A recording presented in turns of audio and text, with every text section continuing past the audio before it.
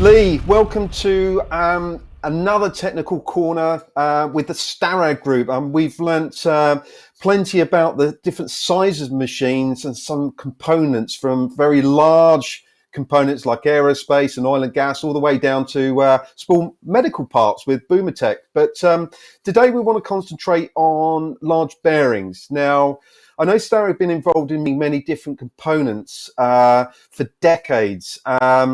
And really specialising optimizing processes for certain products, Lee. But why large bearings? Well, there's lots of different bearings on the market, Mark. Typically tapered, spherical, cylindrical, and our focus has been predominantly in the windmill market, mining industries, and in the aircraft sector as well. So we really focus on bearings from around, say, 0.5 meter up to 6 meter in diameter, and around sort of 50 mil up to 800 millimeters in height, width. And we sell globally, and we sell to companies who are really looking to optimize their manufacturing processes and reduce costs. So obviously, when you look at the types of materials that you're actually using, there's obviously going to be some cutting challenges. What are they? What do you experience, Lee? Well, you're absolutely right, because the materials tend to be nickel chrome materials, and this has a hardness of around, say, 58 to 64 Rockwell. So we offer solutions for both pre-machining, so before hardening, and then the finished machining after hardening. And the main challenges are producing the very high surface finishes and accuracy whilst maintaining a very respectable productivity. And even more so when we can have a twin carriage machine where we can offer a further, say, 30% on productivity. So this means, basically, it means increased profits for customers. Yeah, and that's obviously key, isn't it? Especially in some of the sectors that you work within. Can you tell us a little bit about the different Starrag machines that are configured to produce bearings, Lee? Yeah, sure. There's two main products here, Mark. The first one is from Dörries, where we offer various different machine configurations for turning and grinding, single and twin ram, even with the live tooling running simultaneously in both rams. Then there are different heads for turning and grinding that are automatically changeable, and the components are held in either held in jaws, or they can be held in magnetic chucks, depending on whether we're pre-machining or whether we're finished machining.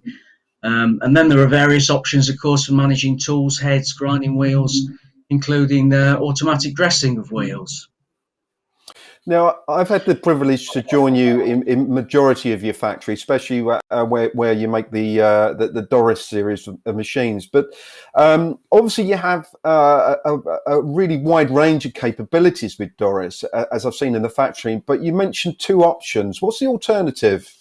So the second option, Mark, is Berthiez, which is our other range for bearings, and this is in particular the RVU machine. These machines range from 1.5 meters up to 6 meter table size, and they've got a turret arrangement that can hold 4 different grinding wheels, wheel assemblies, measuring probes, also hard turning tools, and of course these have all got automatic tool change. So these are very accurate machines, very thermally stable, with temperature controlled bases and spindles, and for customers this is the most cost-effective finishing solution. Yeah, not to sound too ignorant, Lee, but compared to some of the really complex 5-axis aircraft parts that you actually machine with on the Starrag machines, and you specialise in, bearings look quite simple to me. And I'm not an engineer, but what is so challenging about the surface finish and accuracy on bearings? Well, I see where you're coming from with your question. Well, just because they're a relatively simple shape, Mark, it doesn't make them easy to manufacture. So one main challenge is the raceway profile on a bearing, which has an extremely tight tolerance, around 1 micron. And the surface finish also has around a 1 micron tolerance as well. So it has to be visually perfect. It can't have any scratches or nicks. And you can't make these kind of parts on basic machines, Mark. So our customers need machines with really high rigidity, thermally stable with temperature control, hydrostatic tables, and a very high stiffness in the spindles.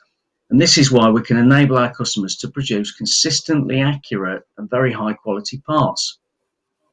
Yeah, and I'm sure not every machine that you actually produce for your customers is exactly the same. I'm sure it's very bespoke. But over and above the machines, how are you programming the machines, Lee? Are they online, offline, or yet again, is it down to what the customer's needs is? Well, you can use traditional CAD CAM or you can use on machine programming direct in the HMI mark. But what we offer with Berthiez is a special programming software called Berthiez. So what this does is it enables the users to really quickly change over between components and program the machines by just changing a few really simple values. So this saves time, it keeps the spindle running, which, as we've said before, is how to make the most money from your investment. Yeah, that's key, isn't it, Lee? Really, I think the way that you actually work with your customers is very technical, very bespoke, and every machine, I would imagine, it is very, very different. So, when I look at the Starrag Group, that strap line that you have, that of the philosophy, engineering precisely what your values, sort of wraps it all up. Yet again, a great journey into large bearings with your machines. Thanks very much, Lee.